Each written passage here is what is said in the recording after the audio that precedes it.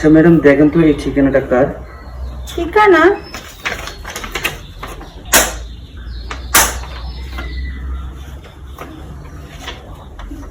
গেটটা খুলুন।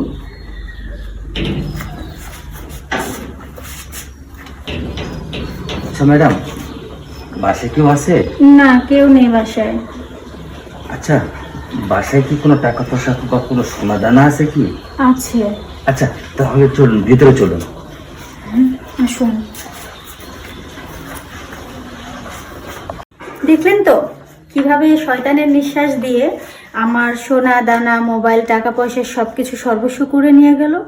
শুনুন, এখন থেকে অপরিচিত কোনো লোকজন যদি আপনাদের কাছে এসে কোনো ঠিকানা জানতে চায় কিংবা বলে আপনার নামে কোনো পার্সেল আসছে, দয়া করে আগে মাস্ক ব্যবহার করবেন এবং 1 মিটার দূরত্ব বজায় রেখে তারপর সে অপরিচিত লোকের দেখানো নাম্বার বা ঠিকানা বা পার্সেল ধরতে যাবেন কিংবা তার সঙ্গে কথা বলবেন।